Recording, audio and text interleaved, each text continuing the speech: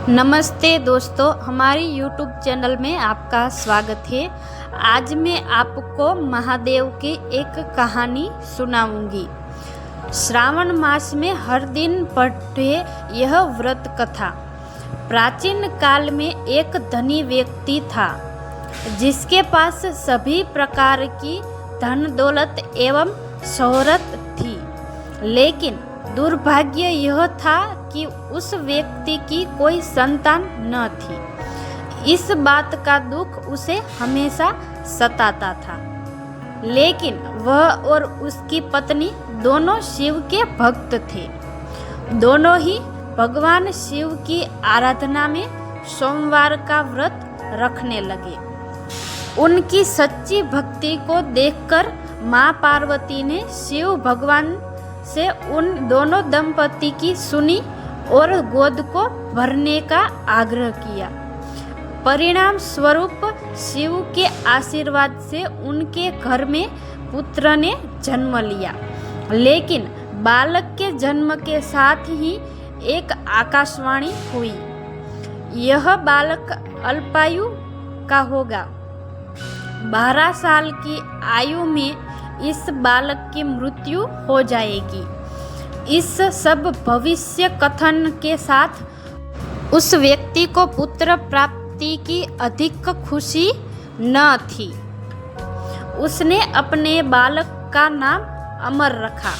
जैसे जैसे अमर थोड़ा बड़ा हुआ, उसे धनी व्यक्ति ने उसकी शिक्षा के लिए काशी भेजने उचित समझा। उसने अपने साले को अमर के साथ काशी भेजने का निश्चय किया। अमर अपने मामा जी के साथ काशी की ओर चल दिए। रास्ते में उन्होंने जहाँ जहाँ विश्राम किया, वहाँ वहाँ उन्होंने ब्राह्मणों को दान दक्षिणा दी। चलते चलते हुई एक नगरी में पहुँच गए, जहाँ पर एक राजकुमारी के विवाह का समारोह हो रहा था। उसे राजकुमारी का दूल्हा एक आँख से काना था। यह बात दूल्हे के परिवार वालों ने राज परिवार से छुपाकर रखी थी। उन्हें इस बात का डर था कि यह बात अगर राजा को पता चल गई तो यह शादी नहीं होगी। इसीलिए दूल्हे के घर वालों ने अमर से झूठ मूठ का दूल्हा बनने का आग्रह किया और वह उनके आग्रह को मना न कर सका। इस प्रकार उसे राजकुमारी के साथ अमर की शादी हो गई। लेकिन वह उसे राजकुमारी को धोखे में नहीं रखना चाहता था। इसीलिए उसने राजकुमारी की चुनरी में इस घटनाक्रम की पूरी सच्चाई लिख दी। राजकुमारी ने जब अमर की उस संदेश को पढ़ा, तब उसने अमर को ही अपना पति माना और काशी से वापस लौटने तक उसका इंतजार करने का कहा।